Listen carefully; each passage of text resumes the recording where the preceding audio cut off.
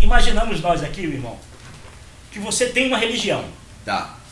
As bases da tua religião são as crenças criadas e aquilo que está escrito. Aí chega Jesus trazendo um evangelho que eles não entendiam o princípio desse evangelho. Entendo. Jesus chega para aquele grupo que queriam apedrejar a mulher. Ela foi a única pega no flagrante. Aí Jesus diz assim: aquele que não tem pecado, atira a primeira pedra. O que está escrito é que começaram a se retirar, desde os mais velhos. Eu pergunto, que evangelho é esse de princípios? Evangelhos de princípios de Deus. Como Jesus pode jogar até eu no rol dos adúlteros? Como isso acontece? É muito simples entendermos isso. Eu levei 20 anos casado, tenho agora 2 anos que sou casado, e não posso ser hipócrita, imaginar, no mundo de hoje que nós vivemos, se em algum momento a minha mente nunca foi assaltada por um pensamento. Principalmente que hoje as roupas que são criadas, moldadas, para que as mulheres mostrem sua sensualidade, não todas, mas eu chego a dizer até uma grande maioria, eu não sou hipócrita de dizer que nunca minha mente foi assaltada. Baseado no evangelho, no princípio do evangelho de Jesus, é adultério sim. Imagine você estar diante de uma igreja, dentro da igreja, existem casos que você, sendo um pastor, estando ali sentado, na frente 10 meninas dançando dentro da igreja, com aquelas luzes fortes, com os vestidos, que são vestidos que realmente aqui não são transparentes, mas diante de muitas luzes. Mostra as formas do corpo. Mostra, tranquilamente. Coxa, assim, tranquilamente. Então você está ali atrás sentado na tua santidade. Aí eu pergunto, para mim estar vendo uma cena dessa, e eu não tá, e a minha mente ser superior ao que eu estou vendo, alguns podem até me dizer, é mente suja. Não, é mente hipócrita. Não dizer isso é mente hipócrita. A melhor coisa é evitar, é fugir da aparência do mal. Alguns pastores já falaram para mim, quando eu estava no sistema religioso, porque agora depois que eu saí, o único que me deu atenção aqui é o pastor Paulo, é que geralmente sentam as meninas ali na frente e elas têm costume de Sharon Stone. Isso é verdade? Eu vi alguns dizendo que a esposa senta do lado deles, porque a esposa mesmo vai lá às vezes e fala, o marido é meu, já quer regar as pernas para ele. Não, e tem baixaria desse tipo. Isso é verdade? Eu tive experiência nesse assunto. Eu tive um problema nesse assunto. Mas a mulher ali não é tudo de Deus, por que elas abrem as pernas ali para os pastores? É incrível, é incrível. Eu tive cuidando uma vez de uma igreja, e na minha frente sentavam umas meninas, pessoas maravilhosas, filhos de pessoas maravilhosas, mas as roupas, o sentar, às vezes, tocando violão, tocando teclado. Então, com essas saias de hoje, que eu não sou contra a saia, não sou contra a calça, não sou contra a uso e costume de maneira nenhuma. Cada ser humano responderá a Deus. E cada um tem a decência de viver o que quer, vestir o que quer, gastar com o que quer. Então eu tive um problema, que eu fui dentro de uma reunião, eu fui reclamar dentro da reunião, que para mim continuar sentando ali, eu teria que ser um grande hipócrita, porque o que eu estava vendo era agradável. E dali eu mexi em um vespeiro, porque os olhares e a repreensão que veio sobre mim foi muito grande eu ter dito aquilo. Mas eu chego a te dizer, irmão, que a hipocrisia, ela não caminha só. O desvio da verdade, ela dá base a toda a hipocrisia que vem com ela. É incrível isso. Isso aconteceu no dia de Jesus, meu irmão. No dia de Jesus havia uma grande hipocrisia. No dia de Jesus, ele vem traz um evangelho desse, um princípio de evangelho, não quiseram, desestruturava a religião deles, e isso não mudou até hoje. Se você pegar uma Bíblia hoje, dentro de uma igreja, e querer pegar o evangelho de Jesus genuíno, os princípios de Jesus genuíno, depende da igreja, ela vai te expulsar dali, você nunca então mais não volta se ali. pode, a pergunta gerou aí e voltou aí, ainda bem que voltou ao ponto de partida. Não se pode pregar o que quer, o pastor não tem liberdade. Não se pode não se deve pregar. Não se deve pregar. O que é? Deve-se pregar o que é conveniente? Então? Sempre sim, porque é conveniente. Conveniente aqui é que a pessoa sirva a Jesus, ou que é conveniente para que a igreja permaneça existindo e aquela reunião, aquela coisa toda, o processo ali. Eu chego a te dizer, meu irmão, que pela existência da igreja, da instituição, eu chego a te dizer que vale muitas coisas. Nem a igreja, as instituições estão preparadas para pregar os princípios de Jesus, e nem as pessoas estão preparadas para perder essas igrejas. Entendi. As pessoas que estão nas igrejas, vivendo das igrejas, gerenciando as igrejas, não estão preparadas para perder a igreja, então não é conveniente pregar não é aquilo. conveniente. Então quando se fala, o Espírito Santo me deu esse sermão para me fazer, não é uma coisa verdadeira, não, pastor? Meu irmão, o que existe é a intenção do coração.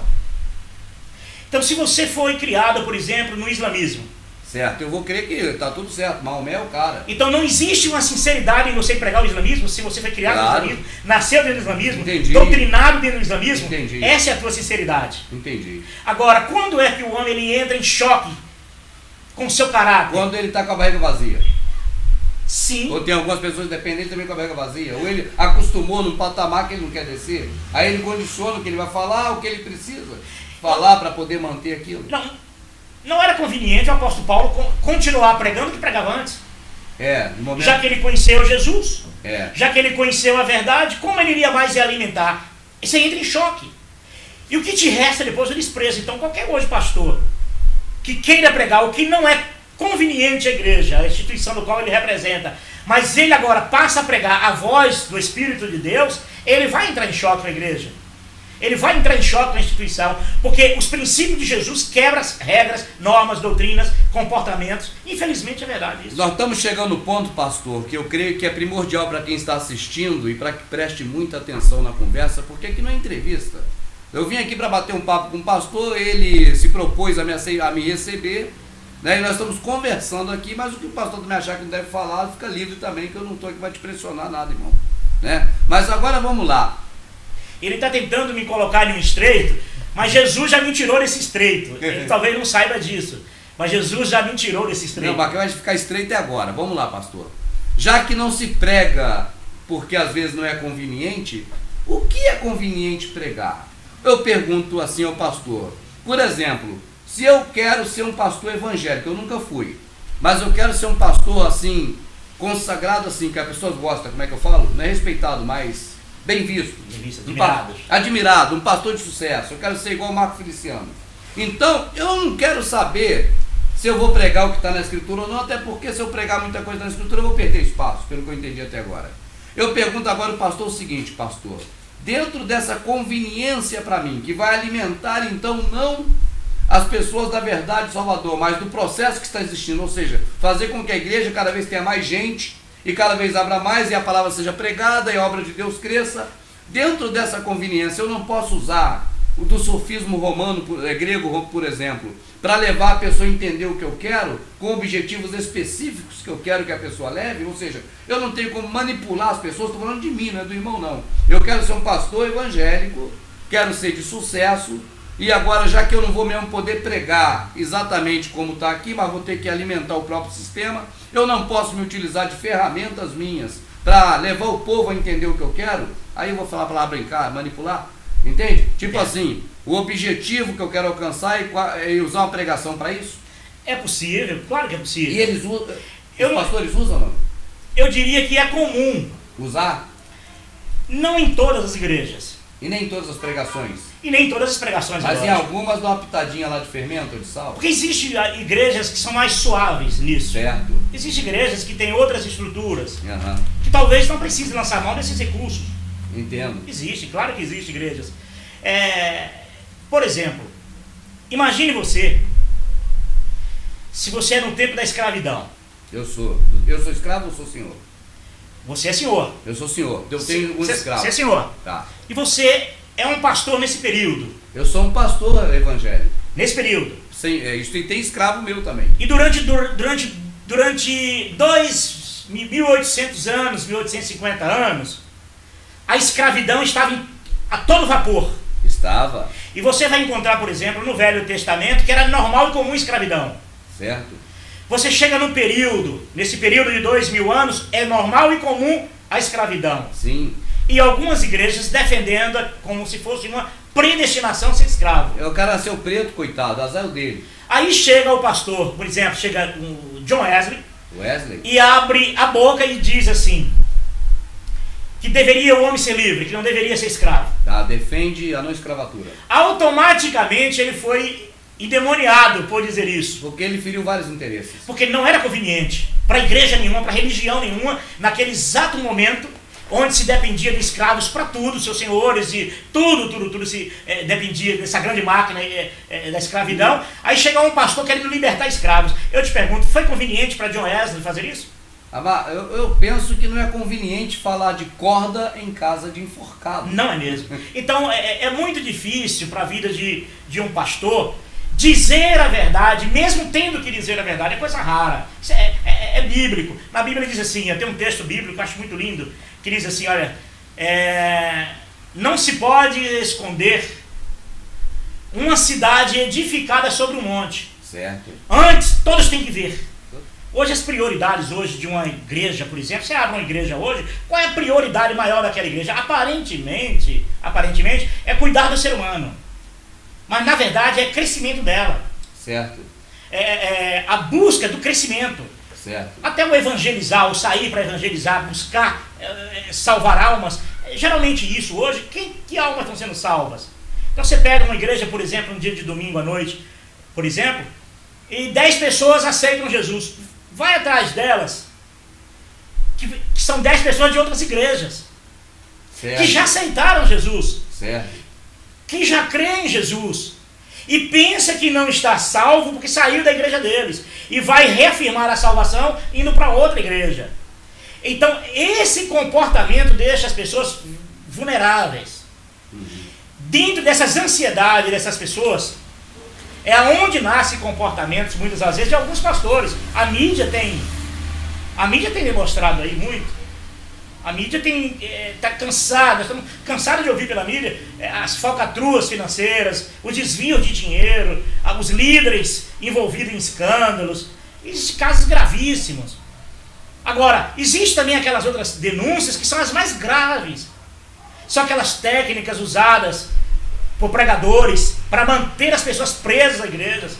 Mesmo as igrejas mais simples, elas usam essas técnicas às vezes até por costumes de achar normal. Nem sabe que estão usando. Não sabem. Eu vou te dar um exemplo. É impossível você chegar dentro de uma igreja domingo à noite e ouvir um pregador abrir em uma das cartas de João e está escrito assim: filhinhos.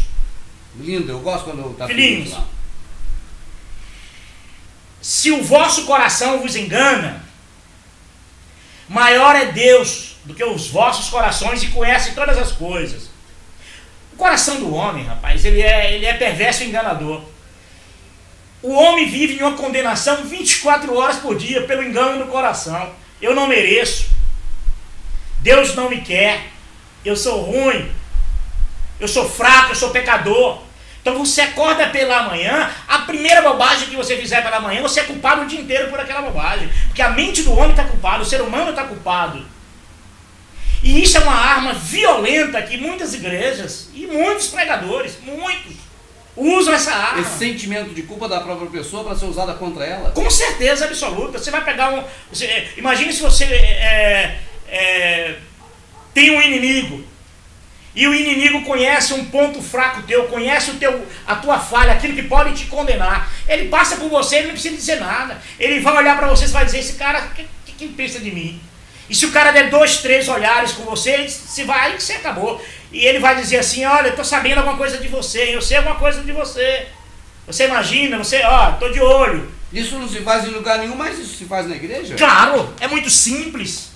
Poxa, peraí, se eu sei que a pessoa tem uma deficiência, eu não vou ficar lembrando a pessoa: você está com essa doença ruim. Peraí, mas isso falar. Mas lá, bota a doença na pessoa e ainda fica catucando a doença. Isso no mundo religioso, eu chego a te dizer que é comum isso. No mundo terrível, cairia na mão de chantagistas, que ele iria pegar aquilo que sabe de você para te extorquir dinheiro. Isso acontece. No mundo da política existe isso. Existe. O sujeito sabe de um segredo de um partido, de outro, ele vai lá e diz: se me dá tanto, eu calo minha boca. Ou me dá, eu conto para todo mundo. Mas no campo religioso é com mais decência. Muitos até por ingenuidade. Existem casos de pessoas aí, por exemplo, eu já ouvi isso muito, de pastores que têm o dom de controlar no olhar. Mas é simples. Você pega uma igreja com 100 pessoas, você tem 100 mentes culpadas. Tem 100 pessoas ali que foi dito que ela está em pecado, ela está errada. Não precisa não dizer.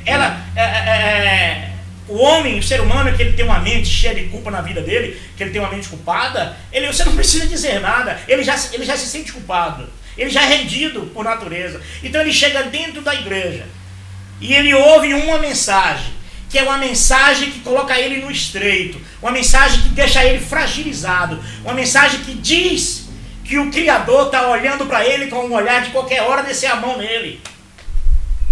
Que o Criador está chateado com ele, que ele, olha, ou você se conserta, ou Deus vai cobrar de você.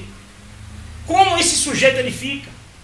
E se ele é um sujeito que ele diz, eu não sei me consertar, o problema é seu, pague por isso. Então, a vida da maioria de filhos de Deus vive com a mente culpada e refém de uma situação que é uma coisa terrível. As pessoas elas não conseguem se libertarem disso, porque não há um interesse, não é interesse você ter uma igreja liberta. Mas a maioria vive nessa prisão. As pessoas estão se sentindo culpadas. As pessoas querem pagar a Deus aquilo que Deus já se propôs de graça. As pessoas estão querendo pagar a Deus para receber alguma coisa, ou não entende de maneira nenhuma que tudo que elas querem de Deus, Deus já deu de graça. Mas já que as pessoas querem pagar a Deus o que Deus não pediu, eu estou pensando seriamente mesmo que eu falei, de repente eu me torno pastor, eu tenho uma boa lábia. Eu acho que eu vou conseguir me dar bem, eu não preciso pregar realmente aquilo que está na Bíblia de verdade, eu vou pregar o que é conveniente. As pessoas estão se sentindo culpadas e quer pagar a Deus pela culpa. Eu me coloco como sacerdote de Deus, eu me dou bem. A Ilma tinha uma pergunta sobre a questão de que os pastores às vezes estão firmados financeiramente, né? É por aí, né, Ilma?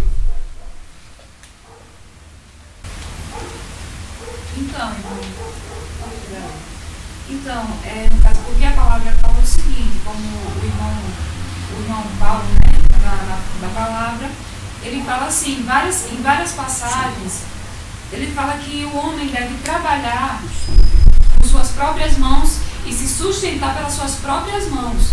E foi isso que o Criador, que Deus, ele nos deu, né? Foi o maior presente da vida, é o ar, é o sol, é a chuva. Essas são as bênçãos verdadeiras do nosso Pai. Então, assim, será que esses pastores que estão aí no sistema, nas igrejas, na verdade, então, assim, muitos aprenderam a se sustentar, que é sustentar a sua família. Então, quer dizer que se eles pregarem o verdadeiro evangelho, vai ruir o sustento deles? Provavelmente sim. Eu nunca recebi um salário para pastorear. Nunca ganhei um centavo para pastorear. Nunca ganhei nada. Graças a Deus, nunca ganhei. Não por falta de precisão, porque precisão eu tive, e muita precisão. Mas mesmo assim, eu nunca ganhei salário para pastorear. Nunca. Agora, eu te digo uma coisa. Existem bases na escrita que, dentro do conceito evangélico, principalmente do campo evangélico, os pastores têm direitos. Todo obreiro é digno do seu salário. Mas a questão, eu sempre costumo voltar a princípios. Eu sempre procuro voltar aos princípios. Paulo, que princípio você usaria em cima desse direito que a Bíblia dá ao homem para ter salário? É simples. Qual foi o salário de Jesus? Quanto Jesus ganhou para pastorear? Foram 3 anos de ministério. Então, alguém em 3 anos deveria, no mínimo, dar um salário para Jesus. Ele nunca precisou. O que existia naquela época, que havia algumas mulheres ricas que faziam doações. Existiam sim. E depois da morte de Jesus, existiam pessoas que fez doações, mas nunca para salário de alguém. E outra coisa, enquanto a salário, é incrível como se fala sobre isso. Por um período, o apóstolo Paulo recebeu ajuda para a sobrevivência. Nunca para fazer fortuna. Nunca para ficar rico. nunca para ser um homem próspero financeiramente. Então, mesmo que a Bíblia dê direito de que o obreiro é digno do seu salário, ali não fala de prosperidade e riqueza, de acúmulo de riquezas e fortunas. Ô pastor, mas o obreiro da igreja não recebe salário nenhum, só o pastor. Geralmente sim. Como o obreiro é digno do salário e o próprio obreiro não recebe? É incrível, por incrível que pareça. Não tem nada estranho aí, não? É muito estranho, é muito estranho. Ah, mas pode seguir, não, sim. É muito estranho. Realmente os salários dentro da maioria de igrejas está vinculada a pastores, presbíteros e talvez alguns diáconos. Os membros são enganados lá, ou pelo menos ocultam-se algumas coisas dos membros nas igrejas? Tem coisa que ele não pode saber? Ou não deve saber? Ou não é conveniente que saiba? Não, não deve, nunca vão ouvir, nem mensagens de princípios bíblicos, nunca nesta vida vão ouvir. Muitos que hoje buscam o Senhor Jesus, querem Jesus, que eu chamo do povo do Senhor, povo de Deus, muitos desses vão passar por esta vida e nunca vão ouvir algumas mensagens dos princípios da vida de Jesus, porque se essas mensagens forem pregadas como ela deveria ser pregadas, com certeza esvaziaria os templos. Eu vou dar um exemplo de uma. Um dia Jesus chega na região de Sicar, em Samaria.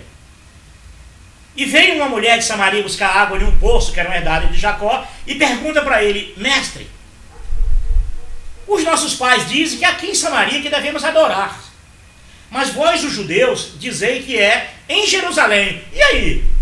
Aí Jesus diz assim: não, nem aqui, e nem ali, e nem lá. Mas a hora vem, a hora é, em que os verdadeiros adoradores adorarão o Pai em espírito e em verdade.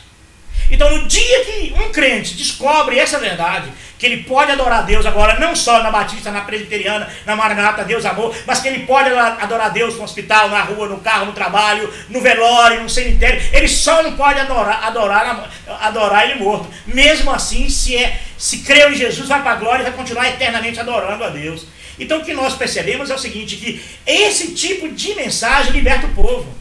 Então imagine se chegar para uma igreja e diz para ele que ali mais não é o único lugar de adoração que ele deve adorar, e que agora ele pode adorar a Deus desde a hora que ele acorda, que ele dorme, em qualquer lugar. Você libertou o crente, e uma vez esse homem liberto, ele nunca mais vai dar um centavo para uma denominação, principalmente quando hoje é notório se ver que os valores que entram dentro de muitas denominações, parte vem de dízimos e parte vem de oferta. Mas se esses valores geralmente nunca chegam na mão de Deus, eu te faço uma pergunta: você entregaria um dinheiro para um ladrão, um desonesto, entregar para sua família? Não, você não entregaria. Mas se você mesmo assim entregasse uma vez, e ele chegasse no meio do caminho, gastasse a metade ele comprasse coisas bonitas para agradar a tua família. Olha, isso aqui eu estou fazendo aqui, na porta da casa da tua mãe, por exemplo, ele construísse ali uma pracinha.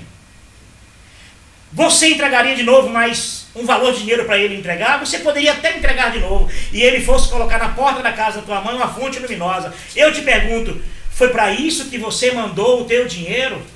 Os fins que esse dinheiro que você mandou entregar na tua família era para construir uma praça, uma fonte luminosa na frente da casa da tua família? Não foi esse o princípio. Então Jesus fez isso. Olha, quando tive fome e não me deste o que comer, tive sede e não me deste o que beber. Quando foi que te vimos com fome e com sede? Aí Jesus diz assim: quando deixaste de fazer a esse, deixaste de fazer a mim. Então, os valores entregues dentro dessas igrejas, para onde estão indo? Construindo praças para Jesus. Casas lindas para Jesus morar. Ô pastor, constrói esse templo para pedir dinheiro, ou pede-se dinheiro para construir templo, ou uma coisa está ligada na outra? Pede dinheiro para construir templo para pedir dinheiro, e pede dinheiro para construir templo, e construir templo, e nunca acaba. Não, eu acho que pede-se dinheiro, ou, em casos de algumas igrejas, recebe-se dinheiro para abrir templos, para construir templos. Mas para que lá? Não é para pedir mais, não? Mas acaba pedindo mais, de um jeito ou de outro. Se uma igreja pedir 10, na outra vai pedir mais de 10, porque somos 10 dessa com da outra. Não, eu até entendo. Pela crença do capitalismo é assim que funciona. Certo. E eu chego até a dizer hoje, infelizmente, é triste a gente como pastor dizer uma coisa dessa, que as crenças do capitalismo, elas estão mais introduzidas dentro das igrejas do que a crença das igrejas no capitalismo. Porque as crenças da igreja não movem um Jorge Soro, não movem um Eike Batista, mas as crenças de Eike Batista, a crença de Jorge Soro está incutida na igreja. Então é impossível hoje a igreja não lançar a mão do capitalismo. Eu chego a dizer, eu não chego a dizer a igreja, porque quando fala a igreja, dá-se aquela impressão, a igreja de Cristo, a noiva do Cordeiro. Não, é o processo religioso. Eu estou falando do conceito religioso, do processo religioso. Então, o conceito que hoje está plantado no processo religioso é o conceito capitalista, é a crença do capitalista. E qual é a crença do capitalista? Você pode, você sabe, você faz acontecer, depende de você. Mas não é esse mesmo capitalismo que foi chamado de mamon? Mas é incrível, né? Ninguém pode servir a dois senhores. Ou mas serve ao criador ou mamon. Não, mas Mudou agora um pouco, o pessoal, por conveniência, mudou isso? Irmão, quando fala-se nisso, isso já mudou, isso já mudou já faz tempo. E não é agora não? Não. Então eu estou enganado mesmo. Quando o capitalismo criou força, certo, que ele deu as caras para valer, certo, e hoje eu chego a dizer que todos somos refém dele. Somos refém, eu concordo plenamente. Com toda essa crise que houve há 3 anos atrás nos disso, Estados Unidos, até hoje o modelo vai continuar o mesmo, vai melhorar algumas coisas, mas o modelo de crescimento é sempre o mesmo. Então eu chego a te dizer que a igreja não freou o capitalismo. Ela se adequou ao capitalismo. Ela se adequou ao capitalismo, e o capitalismo é fruto de um entendimento religioso. Então, desde o período calvinista, quando se percebia que ser crente é ser cabeça e não cauda, ser crente é ser senhor e não escravo, ser crente é ser próspero e não fracassado, o capitalismo comum, o mundo inteiro, entendeu que isso era próspero. E isso realmente que era uma forma maravilhosa de governo. Então, eu chego a te dizer que o capitalismo é fruto do sistema religioso. O capitalismo ele foi acelerado pelo sistema religioso, ele nasceu no sistema religioso, como é que é? Eu chego a dizer assim, que o capitalismo, ele é fruto do sistema religioso. O sistema religioso gerou ele? Com certeza, eu não tenho dúvida disso. E é isso, pastor. E chega a te dizer que hoje o capitalismo empresta as suas crenças para um sistema religioso, você não estaria falido. Ah, peraí, empresta as crenças por quê? Vem pra cá que você é próspero, isso é capitalismo, então empresta as crenças. Sim. Pô, eu nunca pensei nisso, mas é muito coerente. Dificilmente uma igreja que não adequar essas crenças, pegar essas ferramentas, não introduzir essas ferramentas de esperança, de suprir a necessidade do povo, da população, com os desejos, as suas ansiedades pelo dia atual, esse tempo que nós estamos vivendo é tempo de necessidade, é tempo de desespero. Mas o Salvador falou, não andeis ansiosos pelo que há de comer, beber e vestir, não sois vós mais importantes que os passarinhos? Mas esse discurso não se fala mais? Irmão Rubem, discursos como esses, dentro do campo hoje religioso, eu chego a te dizer que depende do poeta, certos poemas te faria chorar. Discursos como esses, o sistema sucumbiu no coração do homem. Eu vou te dar um pequeno exemplo disso. Não é economicamente viável. Não é viável. E fecharia as portas de qualquer igreja, a denominação que não se adequar dentro dessas mensagens criadas, que eu chego a te dizer que são emprestadas do capitalismo, de prosperidade, ela que não se adequar, ela fica para trás. Ela tem que criar, ela tem que buscar, infelizmente buscar fora. Ficar para trás é o quê? Ficar para trás de outras denominações? Sim. Se ela não fizer, ela vai ficar igual aquelas igrejinhas que tem lá 3 idosozinhos, 4, Rapaz, orando, nós abrimos este culto, tem 4 pessoas lá dentro. Tem igrejas, feliz a igreja que permanecer com 4 pessoas, porque eu tenho uma impressão que quando o povo realmente descobrir a verdade, passará a entender o sai dela, povo meu.